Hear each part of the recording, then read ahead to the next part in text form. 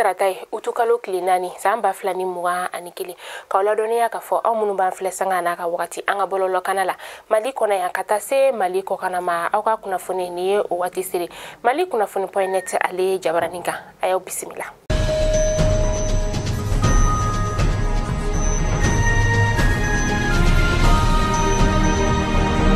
Ame bi kunafoni damnani kunafoni misa kunafoni duma o konte ka sababu yake kunu utukalo kile saba samba flani muga anikili siraba kan kasara jugumando o kera segu sirala akera yoro miyela sa o de zambu ale ni segu ni dugu konna ni nyonche kilometri muga o bonyongo redo ma chama koni o de bonena anina ma do fana ulu fana jugina mamnu jugina utaranu le laptani sola ministre sombe no ni ale nyashinembe siraba kan kunyo makatase protection civile ma ulu ma ukon wulla ningata unyeda ni chieni noi oka kairola ka fo ko bulma fendo ni oye camion babule na sadaka na ko ditoni ale kontumeka ikunda kono dimini sugu odeka ani bulma femi ni oye ernyone sa ukontumeka bo segu ninga ikunda faba kono naka ni bulma fem fly ulule dona nyona ninga ni kasarabai ka alike kairola ka fo ko camion ditoni yere ale konna la mata ani woro de tumba kono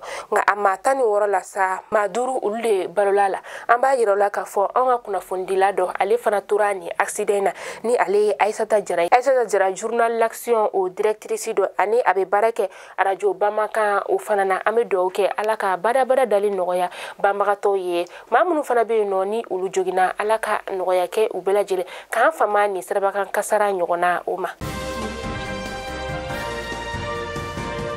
Sutiba ka feno uga Mary ale koni ya yira ka fo ko abena du keme fla ani saba ninka odechi ka soba ke yoro ko fole nunu ye Mary ka yoro de wa yoro nunu fana ute jole a joro la ode la sa sutiba duguma ulu koni ye kuna fundila ninka olu weleka uga dusuma kasa ninka oda kuna fundila kuloka fana ka fana dusukun torolino ka sababu yake uka fana demisen do ni o agibu bagayogo ni alebe fana dugu o konnala u kontara soro aga sokon la tenen sogomada juna na bena utukalo kile flama kata soro akan kon tigelendi do ninka bo ala dugulama ka fola sa ni wonte a chien fola ma kanga tike fana dugu o konnala kabini wakati mina yefuge demisen do ni ale shibeti jo sanduru tuna ale kantike mekalo kleta ani flakana se aklitan sama samba flanta anishigi fana dugu konnala ni ama konotona de mamini akametike fana dugula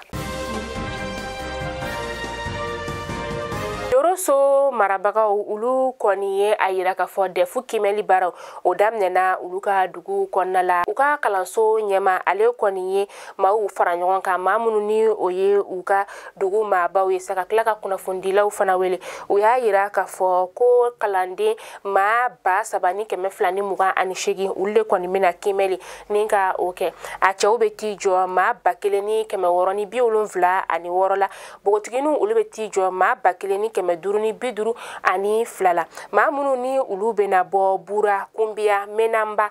o ma beti jo ma keme woro ni ma muga ani konotona ulu koni mina yorusuka ofeno ningana uga kimeli bara ka ulu keno ka sabe ke lakana balia uka dugu o konnala yoroso marabaga ulu koni ladu ta ka fo ko ubina waliya sugu bela jilenke warasa ka seka defu kimeli bara ka seka ke basigi o konnala yoroso na alaminina ka wala donia ka fo ko defu kimeli bara ubina damne utukalo kleta ani woro ninga ta che akleta ani shegina samba flani muga ani kele Meta ko kan kibaru la libanka ofino Français ale ledu taka fo ko kalota ani fla konnala kubina euro wari million keme ninka odedi libanka ma wala sa ubisegu ka dugulamo bolo de metugumina coronavirus banaye gelado mamunu uluma ani tugunisa ubina coronavirus bolo ci fura chama ninka ode blagata ofino utukalo yin o konnala ni kuna foni kondira Emmanuel Macron fe bi araba donyala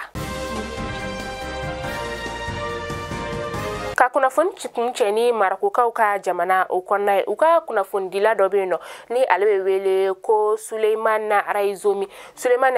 min yɛrɛ ni ale bɛ kaso la kabini mai kalo tile 22 san 2020 u ye a ɲangi san 5 o kaso ka sababuya kɛ ko a ye bingani wale ta ni ka maa dɔ sɛgɛrɛ Août kalo tile juillet kalo tile 9 ni kunnafonidila in yɛrɛ kɔni sa ale tile 100 ni tile 18 ni ka o de kɛ dumuni baliya o la a ka sɔrɔ la donbaw olu kɔni ye sɛbɛnfura ni ka o ci kiiri tigilamaw ma walasa u bɛ se ka waleya sugu bɛɛ kɛ a bɛ se ka bɔ ni waleya jugu in o kɔnɔna la o de la u y'a ta ni ka taa n'a ye lapitaniso la a kɔni ye dan sigi a ka nin dumunikɛ baliya in na.